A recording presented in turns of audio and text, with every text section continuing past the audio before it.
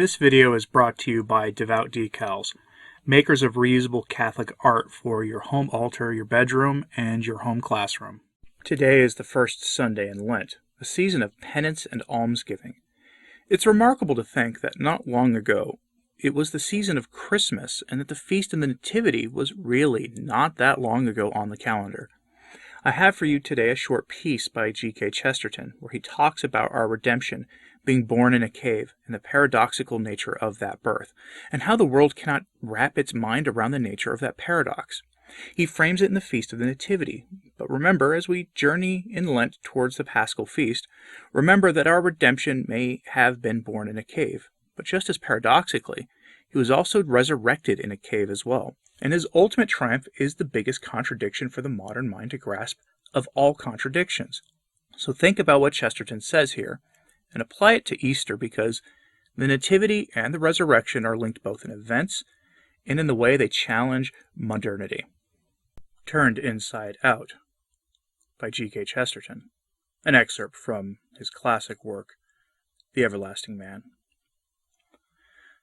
A mass of legend and literature, which increases and will never end, has repeated and rung the changes on that single paradox, that the hands that made the sun and stars were too small to reach the huge heads of the cattle. Upon this paradox, we might almost say upon this jest, all the literature of our faith is founded.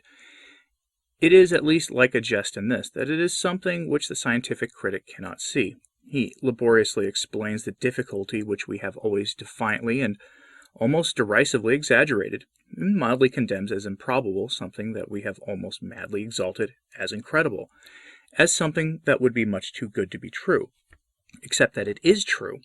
When that contrast between the cosmic creation and the little local infancy has been repeated, reiterated, underlined, emphasized, exulted in, sung, shouted, roared, not to say howled, in 100,000 hymns, carols, rhymes, rituals, pictures, poems, and popular sermons, it may be suggested that we hardly need a higher critic to draw our attention to something a little odd about it, especially one of the sort that seems to take a long time to see a joke, even his own joke.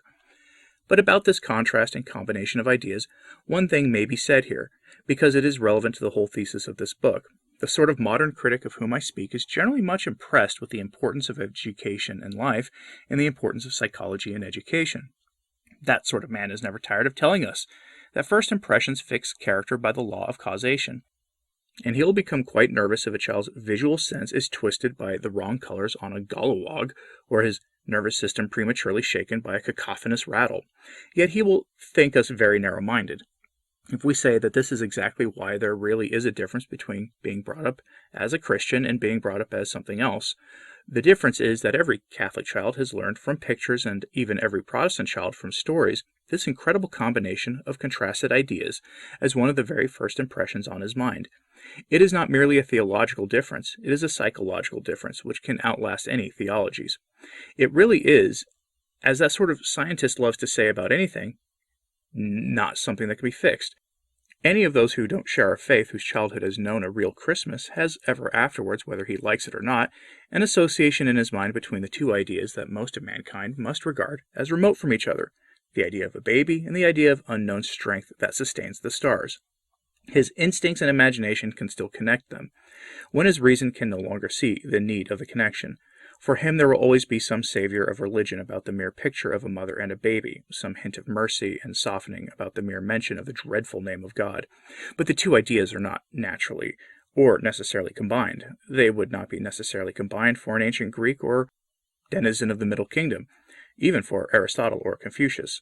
It is more inevitable to connect God with an infant than to connect gravitation with a kitten. It has been created in our minds by Christmas because we are Christians, because we are psychological Christians even when we are not theological ones. In other words, this combination of ideas has emphatically, in the much disputed phrase, altered human nature. There is really a difference between the man who knows it and the man who does not. It may not be a difference of moral worth, for our elder brother might be a worthier according to his lights, but it is a plain fact about the crossing of two particular lights, the conjunction of two stars in our particular horoscope. Omnipotence and impotence, or divinity and infancy, do definitely make a sort of epigram, which a million repetitions cannot turn into a platitude. It is not unreasonable to call it unique.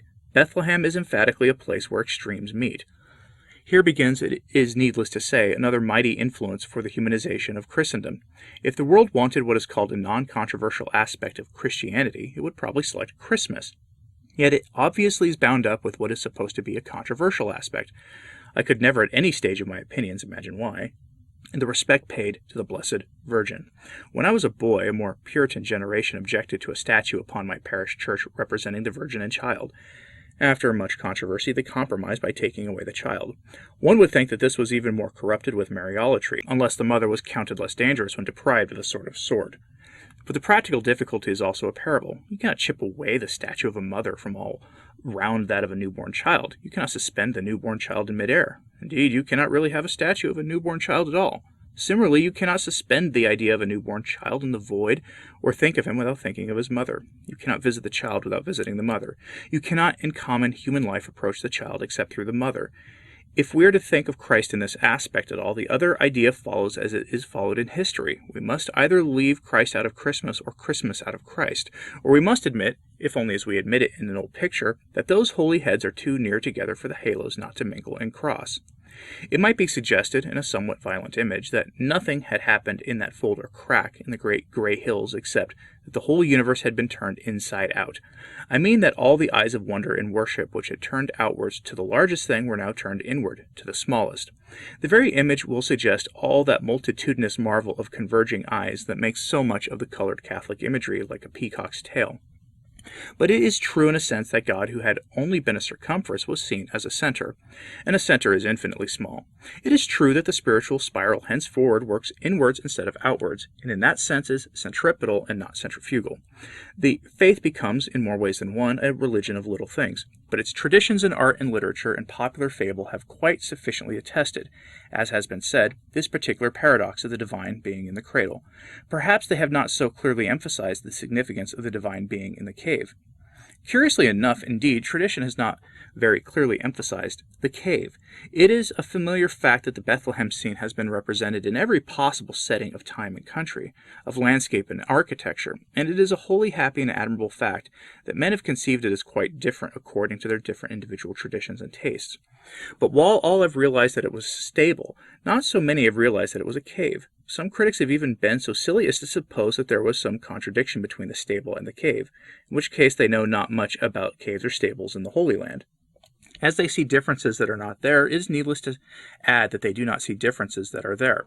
When a well-known critic says, for instance, that Christ being born in a rocky cavern is like Mithras having sprung alive out of a rock, sounds like a parody upon comparative religion.